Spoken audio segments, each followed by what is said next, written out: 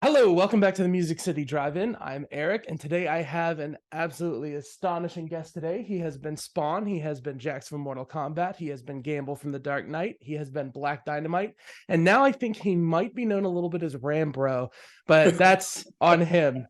Michael Jai White, how are you today, sir? I'm good. I'm good.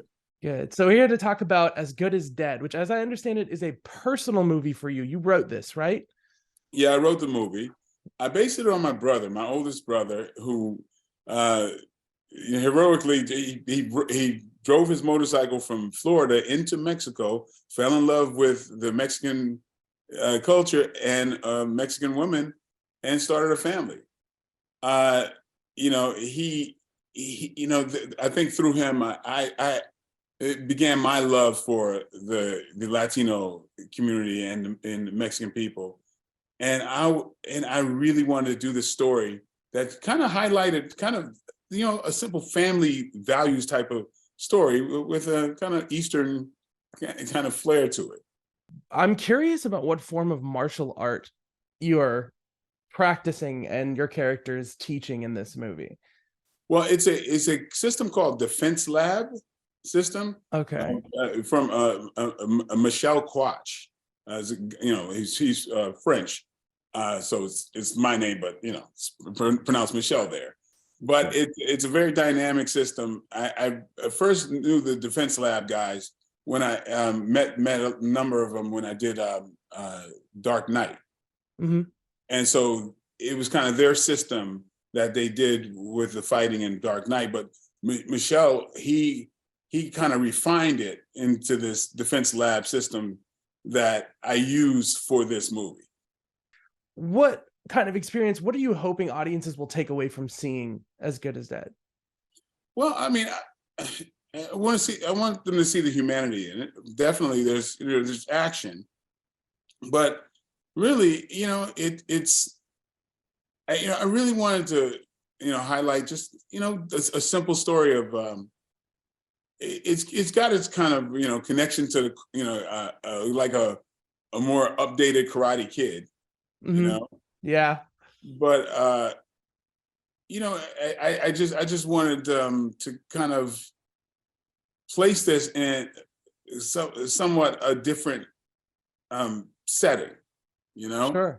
and so yeah, we've seen movies of this nature, but I guess I want people to see how universal this is and see themselves in this, even though this happens to occur in Mexico. You know It's really, that yeah. that And makes a lot of then sense. the fact that I don't want to give anything away. Sure. Some of the assigned imagery that you might have of someone. So maybe they present one way, but you might find out something different. But I hope people leave realizing that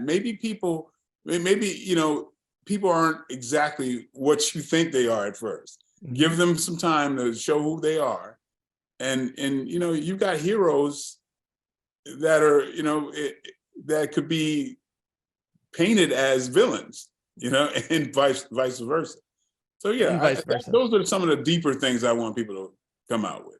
Sure. And overall, just like entertainment value wise, I think people will get a lot out of this. Um, so when and where are people going to be able to see As Good as Dead?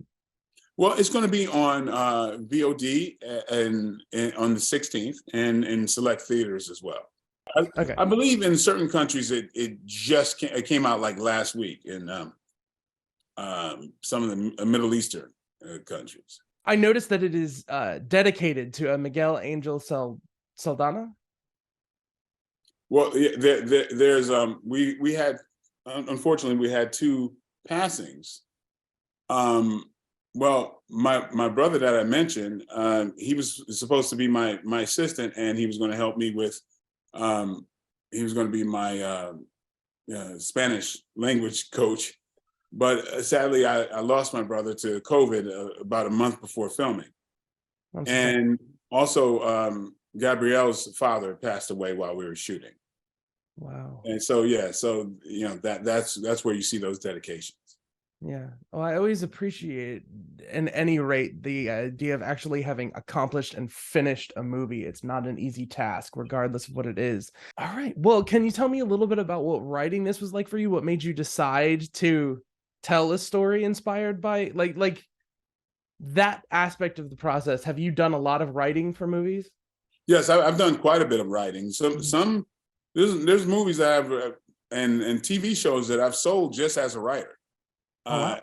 yeah, so I've been writing for quite some time. Then I've been directing and producing, and so this was something that I had close to my heart. And I actually wrote this and got it done within a year. So it which is Wow. unusual. Yeah. Normally it takes quite some time, but this is one of the stories I knew I could put together and tell and kind of fit in at a certain time. And being that the backdrop was Mexico, and I knew the right producer and director to work with, we fast tracked it and got it done.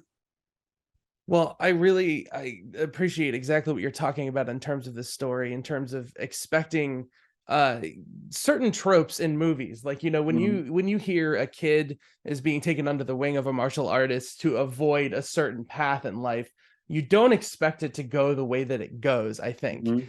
And I kind of really enjoyed the relationship between your character and Mhm. another character, like Right, the banter that they have and whatnot. right. And so I just really think that people are going to enjoy this, and I really appreciate you for spending time. And I think that is going to be all my questions, because honestly, who was I nervous getting to talk to you? I've been a fan for a long time, so I really appreciate your time spending with me, and I hope you have a great rest of your press tour. And is there anything else that you'd like audiences to know about your movie that I haven't asked about? Well, I can't think of anything now, but I think we covered quite Sure. a, we covered the essentials. Okay. Well, thank you so much again, and you have a great rest of your day. You as well.